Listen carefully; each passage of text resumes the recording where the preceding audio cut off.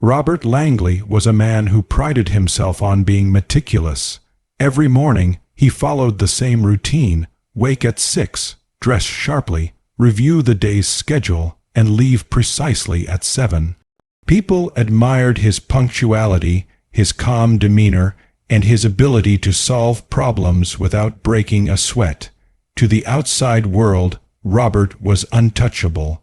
But that night, October 12th, he would discover that even the most perfect facade could crumble.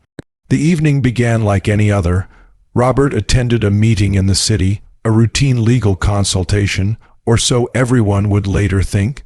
Before leaving, he ensured his house was spotless, and more importantly, he left his car parked conspicuously in the driveway, tires angled toward the street as if he had never moved it all day. He even left a few lights on in the house, casting a warm glow that suggested normalcy, not the cold calculation beneath the surface. Robert's mind, however, was preoccupied. Earlier that week, he had discovered that his business partner, Michael Harrow, had embezzled a significant sum from their joint enterprise. Michael was clever, charming, and outwardly trustworthy, traits that made him all the more dangerous. But Robert had been planning his response for months. That night, he intended to confront Michael at his house and make him pay, not in words, but in a way that ensured no one would ever question the lesson. The perfect crime, Robert believed, required the perfect alibi. He had crafted his story meticulously: leave home at 6:30 p.m., attend the lawyer's meeting at 7:15 p.m., return home at 9:00 p.m., any time in between. Accounted for by traffic delays, errands, and the city's busy streets, to anyone observing him, Robert could not be in two places at once. By 6:45 p.m., Robert was parked discreetly near Michael's house, a dark two-story brick building on a quiet cul-de-sac. The streetlights cast elongated shadows across the lawns, giving the area a cinematic, almost surreal feel. Robert's pulse quickened, not from fear, but from the thrill of control. Every detail had been anticipated: the route, the timing, the locks, even the way Michael preferred to keep his front door unlocked. He entered silently, one swift movement, and the confrontation escalated faster than expected. Michael, ever the charmer, had no idea that Robert had anticipated every excuse, every diversion. The argument escalated into violence, precise and deliberate. One fatal blow, one irreversible action. And in less than 5 minutes, Michael Harrow was dead, lying in his study, his hands frozen mid-gesture, as if he had paused forever in disbelief. Robert left the house the same way he entered, quietly, without leaving fingerprints on the doorknob or disturbances in the home. He returned to his car, heart steady, mind calculating.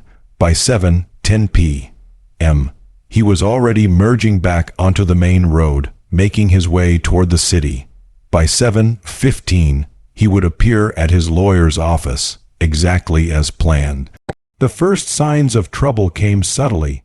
Detective Sarah Mills, a sharp and meticulous investigator with the city police, had been assigned to the case. She was known for noticing small inconsistencies that others overlooked. Her instinct told her something was off. Michael Harrow was a private man, not prone to visitors, yet the signs of forced entry were absent, suggesting the killer was someone Michael knew, or someone exceptionally clever. Mills began by reconstructing the timeline. She noted witness reports. A neighbor had heard a car on the street at 6:45 p.m. Strange, since Robert's alibi claimed he was in transit to the city. A minor detail, almost negligible, yet enough to ignite suspicion. Robert's confidence, built over years of precision, began to waver ever so slightly. He had overlooked technology. Traffic cameras dotted the route, unnoticed. Surveillance footage from a nearby store captured the faint silhouette of a black sedan, his car. Timestamps confirmed the neighbor's account. Robert was in the area of the crime at precisely the time of the murder, not en route to his lawyer. Then came human error, Clara, his secretary, had been briefed to confirm his arrival at 7:15 p.m. She did, but in recounting the day to police, she mentioned seeing him arrive earlier than he had claimed. A small misstatement, innocent in intent, yet critical in context. Detective Mills' intuition told her to investigate further. She examined the home for signs of physical evidence and discovered something Robert had not considered: a fingerprint on a drawer near Michael's desk. Not gloved, smudged slightly, but identifiable. Technology, human witnesses, and minor oversights had all conspired to expose what Robert had considered invisible. The final crack came from a modern enemy: digital time stamps. Robert had used his phone to send a message to his lawyer about an unrelated matter. The timestamp betrayed him, precisely the time he had left Michael's house. A simple, unintended action undid months of careful planning. By the time Mills confronted him, Robert's calm exterior was starting to show fissures. His voice, steady at first, began to betray tension. "I had the perfect alibi," he murmured almost to himself. "I thought no one could touch me." Mills leaned in. "The perfect alibi doesn't exist, Mr. Langley. Every plan has gaps. Every deception leaves traces. You're human, and humans make mistakes." Robert realized in that instant that he had underestimated one crucial element: unpredictability.